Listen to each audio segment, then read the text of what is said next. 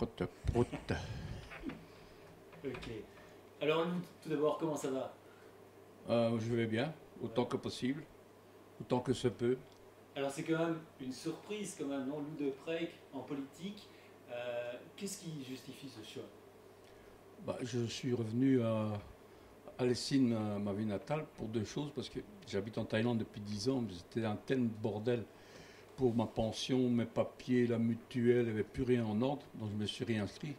Et comme par hasard, c'est les élections communales, et je voulais donner un coup de main à mon copain Claudie Criquillon, qui est sur la liste MR. Comme ma maman était au cercle libéral à Deux Acres, donc c'est un choix naturel et sentimental, quoi. C'est ça. Et les signes, c'est vraiment. Allô? Ok. Les signes, c'est vraiment votre ville de cœur, quoi, donc. C'est ma ville natale, c'est ma ville où j'ai habité jusqu'à mes 15 ans, quoi. Puis après, j'ai fait le tour du monde. Alors, vous poussez la liste? Il y a vraiment une ambition d'être élu. Qu'est-ce que vous allez faire si vous êtes élu? Ben, je l'ai raconté dans mon Trombinoscope, qui est un tout de boîte qui sort la semaine prochaine. En fait, j'aimerais que ma ville devienne un peu Magritte City. Ouais. C'est-à-dire que comme c'est la ville natale de Magritte, c'est un capital sous-exploité. Donc j'ai envie qu'il y ait des fontaines avec des chapeaux boules qui bougent, que tous les frontons soient des trompe-l'œil en hommage à Magritte, d'habiller la ville, quoi. Ouais. Donc, faire que la ville La devienne propreté, attractive c'est aussi. ça, Ouais. exactement. Et Parce pour qu'on vous. a l'hôpital Notre-Dame-à-la-Rose qui est une richesse incalculable, il y a les carrières à visiter, il y a des châteaux, il y a un peu de tout. Mais il n'y a rien pour l'infrastructure pour le moment. Ils ont un site internet qui est un peu qui date de la guerre 14-18, quoi. Alors, quand même, on vous connaît évidemment dans la Ouais. pop, un peu rock, on va dire, quand même, au niveau vie. C'est quand même un sacré changement, la politique, non? Bah, c'est la même jungle, hein. C'est vrai? L'industrie musicale ou les politiques, ils racontent tous à peu près la même chose. Tout le monde veut la même chose, tout le monde veut être calife à la place du calife. C'est- C'est vrai, c'est un peu la même chose pour vous. Ouais. Ouais, Disons que c'est une autre jungle. ouais. Ils pratiquent la langue de bois, ce que je pratique pas tellement. Donc pour moi, c'est une discipline un peu nouvelle. Mais je reste la même chose. Je suis occupé de faire un clip vidéo qui s'appelle Les Signes sur la chanson Kingston Kingston. Mi-wallon, déguisé en Magritte. Vous avez un côté surréaliste aussi, quoi, non? Ouais. Mais disons qu'au début de ma carrière, j'étais pop art. Donc je faisais de la musique pop art, c'était pour les idoles, mais les Who, le groupe les Who, qui était un peu mes idoles. Et il fallait pratiquer la musique pop art musicale. Or, le pop art descend en ligne directe du surréalisme. Si on analyse un peu, c'est un corollaire. Et comment ça se passe maintenant, la musique? Vous continuez? Vous Ouais, avez des projets? je prépare un triple album avec des morceaux inédits, des morceaux d'une comédie musicale. J'avais commencé avec Boris Bergman. Il y a des morceaux qui avaient été refusés à l'époque quand je m'occupais de Plastique Bertrand. Un truc légendaire s'appelait Serre-moi la queue. Maintenant, c'est plus léger qu'avant. Vous avez mis quoi alors? Ça s'appelle toujours Serre-moi la queue, mais avant, c'était pas possible de le sortir. Ok. Donc maintenant, ça passe mieux dans la musique. Ouais. Et qu'est-ce que j'allais dire? Vous vivez toujours en Thaïlande? J'ai toujours ma maison en Thaïlande, mais je suis occupé de déménager. Ouais. Je suis tapé dans un conteneur. Mais la Thaïlande, j'ai fait le tour du problème, hein. J'ai habité 14 ans à Miami aussi. J'ai habité 25 ans à Bruxelles, en alternance avec tout. Je ne crois plus que je suis un bel citoyen de l'univers. Une fois qu'on a voyagé beaucoup, parce que j'ai quand même enregistré un peu partout dans le monde, Jamaïque, New York, Los Angeles, Brésil, Sénégal, Congo, Brazzaville, je me suis occupé de Papa Wemba, de la world music. Donc ça m'a permis de voyager, c'est comme une drogue. Je ne me vois pas sédentaire à Lessine, mais je me vois très bien échevin et consacrer 15 jours, 3 semaines par mois pendant 3-4 ans pour essayer de faire avancer le schmilblick, comme on dit. Et qu'est-ce qui vous plaisait en Thaïlande? Moi, je me souviens d'une interview où vous disiez que vous aviez une vie un peu rock'n'roll, quoi, quand même. Oui, disons que il y a l'âge et danse. Au début que j'étais en Thaïlande, je sortais tous les jours, maintenant 3 jours par semaine. Je chante dans un club qui s'appelle Lucifer Club. J'ai un groupe je chante en thaïlandais. Donc j'ai enregistré 2 chansons. Un truc qui s'appelle Miapi Michu Kuru Kantu. Ça veut dire je suis cocu et tout le monde est au courant. Et c'est en thaï. Et comme je prononce très mal, les thaïs, ça le fait. Mais je fais partie des meubles à Pattaya. Hein. Il y a le maire qui me connaît bien. Je veux dire, je suis un pharaon que. C'est comme en Wallonie, je suis un. Ah non, en Belgique, je suis considéré comme un BW, Bekendwaals. Parce que j'ai fait des tubes en alternatif et comme j'ai fait la première de Humo et quelques émissions de télé en Flandre, bah, je suis un vrai Belge, quoi. Et la Belgique, vous l'aimez toujours, malgré le fait que vous ayez vécu un peu partout dans le monde. Vous disiez à un certain moment. Mais la Belgique me manque dans le monde. Mais c'est vrai que c'est un petit pays, mais il y a des talents extraordinaires ici, mais ils sont difficiles à s'exporter, car ça se vend mal. Et puis c'est difficile aussi. La moitié de ma carrière, si pas le 80% des disques que j'ai vendus, c'est à l'étranger, c'est pas en Belgique. Pourquoi c'est si difficile de se faire connaître en Belgique? Parce que c'est un petit marché, enfin tout le monde dit ça, tous les artistes. Hein. Je sais pas.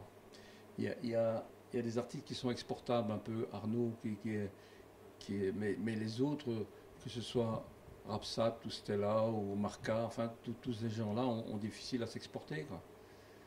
Il y a déjà tellement de concurrence en France, alors s'immuniser dans le marché français. Moi je fais du populaire, je veux dire, c'est toujours des clichés de dire faire des tubes, c'est pas si facile que ça. Il faut passer beaucoup d'heures en studio, travailler, et puis parce que je chante indifféremment en espagnol, en portugais, en anglais, en français, c'est un peu ça. Peut-être l'histoire d'un de vos plus grands tubes, comment il est venu, c'est du travail, c'est pas. Ça plane pour moi? Non, ça c'est un accident. Ouais, c'est vrai. Non, non, ça c'est un accident. Je voulais faire du punk en français, être le premier. J'ai toujours été une espèce d'innovateur.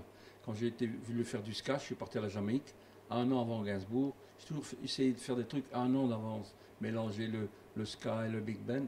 Et ça plane pour moi. Bon, j'ai cherché pendant 2 mois quelqu'un qui pouvait faire le lipping, quoi. Alors, je suis tombé sur Roger Jouret, je l'ai appelé Plastique Bertrand, puis ça plane pour lui et pour moi. Alors on sait, il y a eu un procès. Oui, je sais. Bon, j'ai gagné le procès. Les gens dans le métier savaient très bien que c'était ma voix, mais ça a été long parce qu'il a fallu une expertise, il a fallu un orthophoniste, et puis voilà. Ça y est maintenant. Vous voyez encore, ou plus de contact ou... Ben, on n'est plus très potes. Hein. Ouais, c'est dur. Ok. Et vous disiez, je crois, à un certain moment en Belgique, ce qui est le plus dur, c'est les taxes, quoi. Finalement, vous êtes parti pour ça aussi à un certain moment? Non. Non. J'étais à peine en Thaïlande, le gouvernement m'a remboursé 600 000 francs belges à l'époque. Donc ça va, je ne suis pas parti pour les taxes. Je suis parti pour avoir une espèce de liberté. J'étais trop stressé. Et en fait, la vraie vérité, c'est que je me suis cassé la gueule à Cuba, je suis tombé de 9 mètres, j'étais disloqué, j'ai passé 2 ans à l'hosto, chaise roulante, et je n'avais pas envie de donner l'impression aux gens que j'étais un chanteur diminué. Parce que la première fois, quand je suis sorti de l'hosto, je suis monté sur scène en béquille, et j'ai eu un peu une espèce de compassion, les gens, oh putain, quel courage, et j'avais pas envie de ça. Alors je suis parti surtout pour ça. Ah oui, c'est ça, vous vous planquiez un peu quelque part. Ouais. Mais maintenant, ça va mieux. Bah, ça va mieux, oui.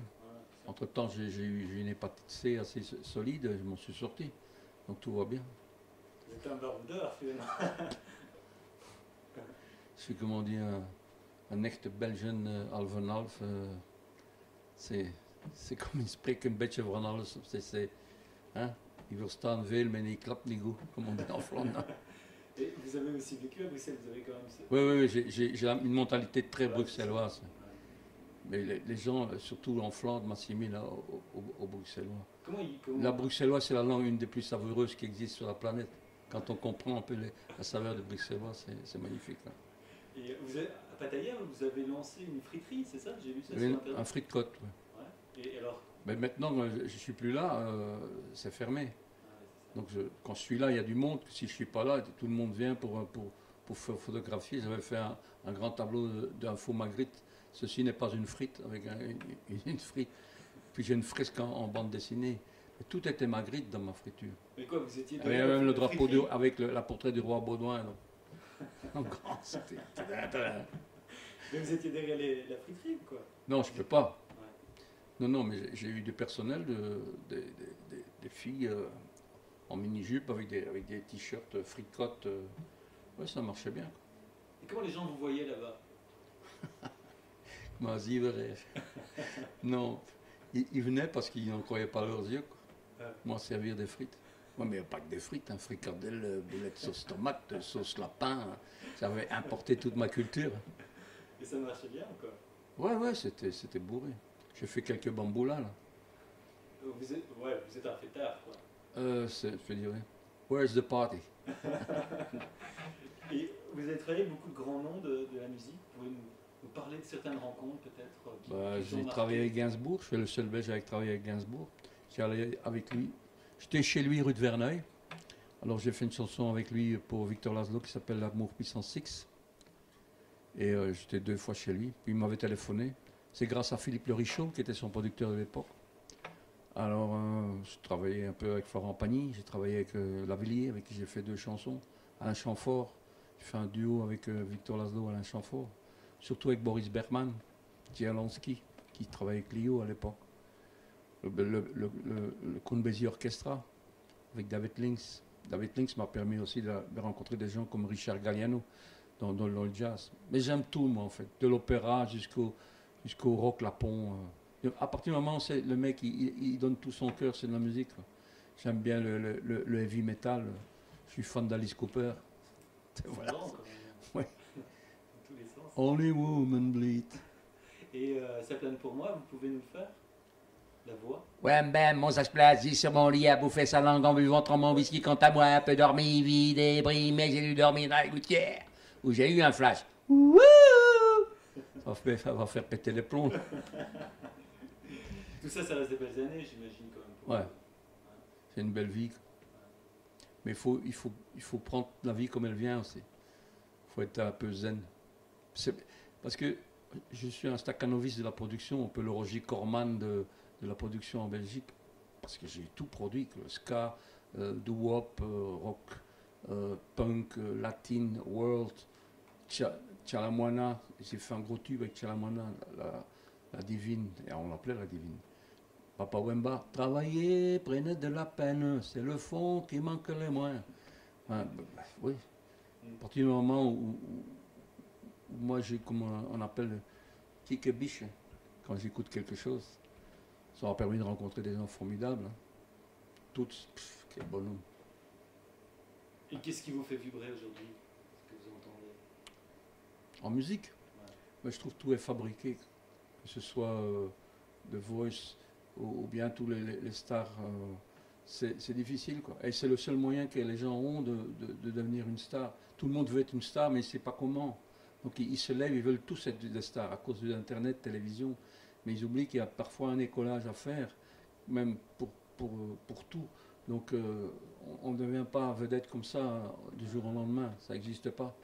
Mais il faut le talent, il faut le pif, il faut une espèce d'opportunisme. Il ne faut pas avoir peur de mouiller son maillot. Il faut des couilles. Mais il y a aussi peut-être une différence entre star et vraiment artiste, quoi, quelque part, non? Vous pensez pas aujourd'hui Il y a des stars qui sont artistes et des artistes qui ne sont pas stars. Être star, ça veut dire quoi? Ouais. Marlène Dietrich, c'est une star. Elle descendait un escalier, elle ne disait pas un mot, c'était une star. Je l'ai vu à Forêt Nationale, tous les gens qui étaient dans la salle étaient tétanisés, rien que le fait qu'elle apparaisse. Les stars, il n'y en a pas beaucoup des stars. Lady Gaga, c'est une star. Madonna, c'est une star. Mais les artistes, en général, ceux qui bossent sur scène, les musicos, c'est tous des artistes. J'ai rencontré des